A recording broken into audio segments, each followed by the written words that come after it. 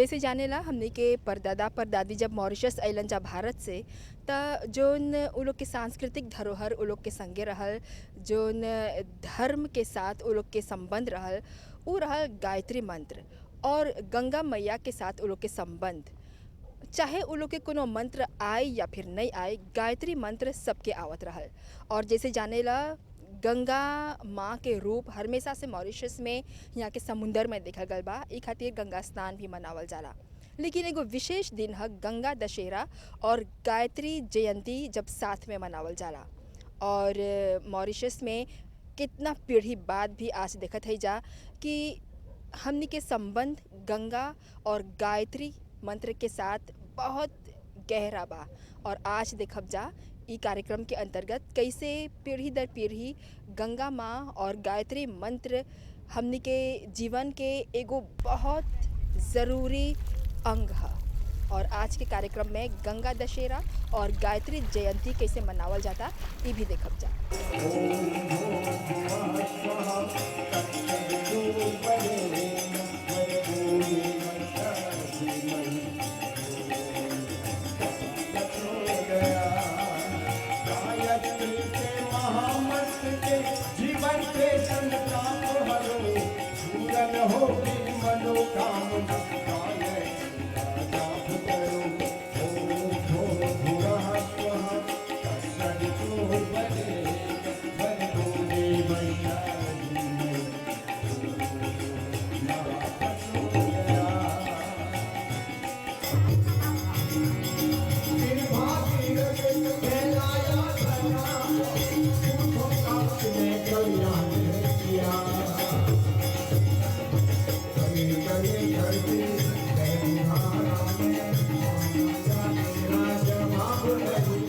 प्रसाद गणेश जी, हाँ जी। हमने देखा थे जहाँ यहाँ पर जौन मंदिर बा हाँ। पुतुदो के समुंदर के किनारे बहुत ही श्रद्धा भक्ति से आप लोग गंगा दशहरा और गायत्री जयंती मनावत हवा जा। जी हाँ हाँ। कब से आप लोग ई जयंती और दशहरा मनावेला जा? ये मंदिर कब से बा? थोड़ा हमने के बोला। हाई मंदिर 2006 से एग्जिस्ट बा। तब से हमने आगे हमने के गंगा दशहरा गायत्री जयंती नहीं होता हल।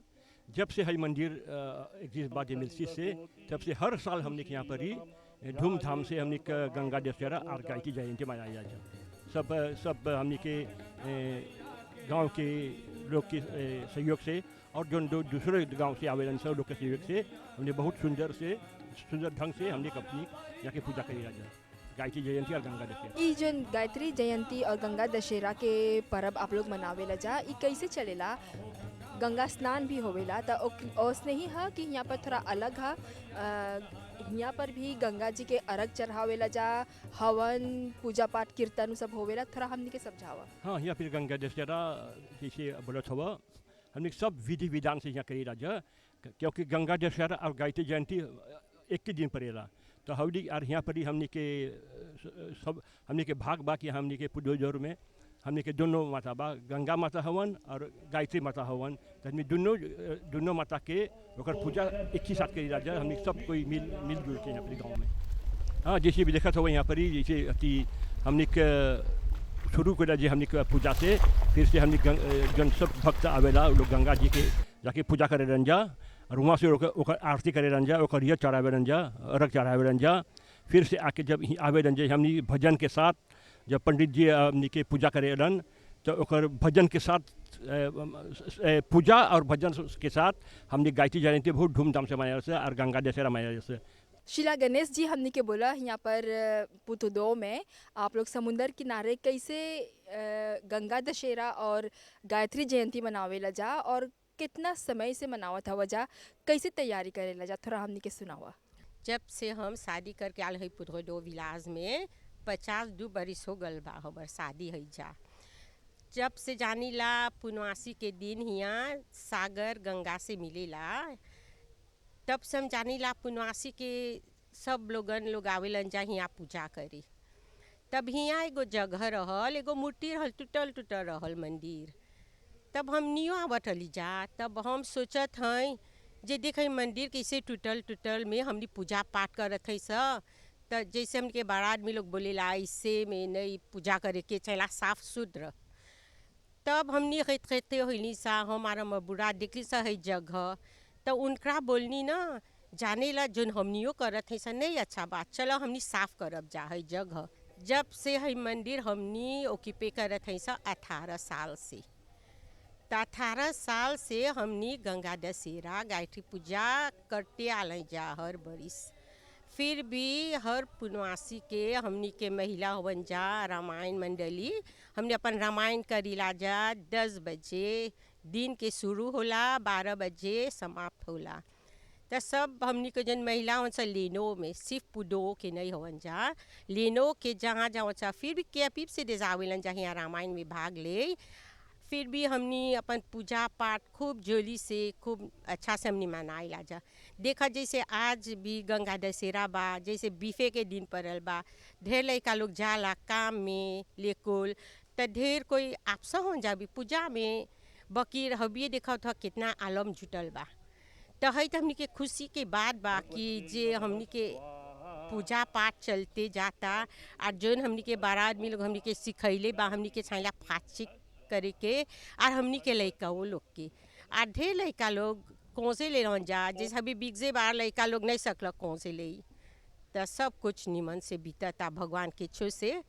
फिर भी प्रार्थना करीला हमनी के जो जितना हमनी के भाई बहन हवन जा है हमनी के लड़का लोग हवन जा चाहिए हमनी के मनाए के हमेशा हमनी के अपन धर्म नहीं भुलाए के हमनी के लड़का लोग के छा सिखाए के हबी लड़का लोग गल होले कोल गल बक्का में बकी जानत हवन जा उनकर माता जी उनकर पिताजी आल हवन जा पूजा में कौन पूजा में जे गंगा दशहरा में गायत्री पूजा में। फिर भी हम भगवान से मनाइला सबके भंडार भगवान भरल रखी। और फिर भी जब मंदिर बनल हमनी के एक ही प्रार्थना बा कि जे हैजा आए खुशी से जाए जे अपन दुख लेके आए सब दुख गंगा माँ उनकर बहा दे सुख ही सुख लेके जयन है हमार प्रार्थना और हमार पति के प्रार्थना यही अपन गंगा मैया के पीठार चढ़ैबा अपन गंगा मैया के कसैली चढ़ैबा लहरा बड़ी भारी लहरा बड़ी भारी लहरा बड़ी भारी लहरा बड़ी भारी आहो गंगा मैया लहरा बड़ी भारी आहो गंगा मैया लहरा बड़ी भारी। अनीता जी यहाँ पर आप लोग जो गंगा दशहरा और गायत्री जयंती मनैला जा ई आप लोग खातिर कितना महत्वपूर्ण है थोड़ा एक बारे में हमने के बोला। तो आज इस गंगा सागर धाम के तट पर हमने गंगा दशहरा और गायत्री जयंती को भी मनाया है एक ही दिन पर और इतने सारे लोग आए हुए हैं श्रोता बन करके ये सुनने आए हैं ये भगवान का नाम लेने आए हैं। वैसे देखा जाए तो यही हमारी विरासत है यही हमारा धरोहर है जो हमारे पुरखों ने हमारे पूर्वजों ने हमारे बाप दादों ने हमें भेंट के रूप में देकर चले गए। तो उन्होंने हमें बताया है कि कैसे पूजा करते हैं क्या पूजा करते हैं किस दिन पूजा करते हैं पूजा में क्या क्या सामग्री चलती है पंडित जी किस मुहूर्त में पूजा करते हैं। तो ये सब हमारा धरोहर है। हम समझते हैं कि इसको हमारा ये जिम्मेदारी होती है कि हम उसको लेकर के आगे बढ़ाएं तो जीवन सफल होगा। जब लोग यहाँ पर आते हैं तो जो कुछ सीख कर जाते हैं वो अपने बच्चों को सिखाते हैं और जो माता पिता अपने बच्चों को लेकर आते हैं ये तो बहुत बढ़िया बात है। और बच्चे सीख कर जाते हैं कुछ ना कुछ लेकर जाते हैं जैसे कि सोचते हैं कि जब कुछ लोग सोचते हैं कि पूजा के बाद हमें प्रसाद मिलेगा। तो मैं सोचती हूँ प्रसाद क्या है वो आशीर्वाद पंडित जी का आशीर्वाद और भगवान का आशीर्वाद लेकर के जाते हैं कि हम अपने बच्चों को ये सिखाएं हम अपने बच्चों को पूजा पाठ करने में लीन रखें और भगवान का नाम लेते रहना चाहिए। जैसे कि आज हमने गायत्री जयंती मनाई तो गायत्री माता ने हमें सबसे बड़ा मूल मंत्र दिया है ओम भूर्भुवः स्वः। अगर इसी मंत्र को आप जपते रहें तो आप देखेंगे कि ज़िंदगी कितनी खूबसूरत होती है। तो आप अपने जीवन को सफल बनाएं अपने जीवन में हमेशा भगवान का नाम लेते रहें। आज आपने देखा हमने गंगा दशहरा मनाया। वैसे तो गाँव में ये चलता है अगर देखा जाए तो शहरों में इतना नहीं होता। अगर आज मैं शहर में चलूं और पूछूं किसी से कि आज गंगा दशहरा है तो वो बोलेंगे क्या है। लेकिन मुझे बहुत खुशी होती है यहाँ पर आकर के पुदोदो में कि यहाँ के लोग इतनी भारी तादाद में यहाँ पर आते हैं और गंगा दशहरा मनाते हैं। गंगा को माँ कहते हैं और गंगा माँ हमारे लिए सब कुछ है। गंगा के बिना धरती नहीं, और धरती और गंगा माँ एक दूसरे के पूरक हैं, एक दूसरे के कॉम्प्लीमेंटरी हैं। तो जब भी हमें कुछ करने का अवसर प्राप्त होता है, जैसे हमारे घर शिशु का जन्म होता है या हमारी बेटी बेटा की शादी होने वाली है, तो हम गंगा माँ की पूजा करने आते हैं।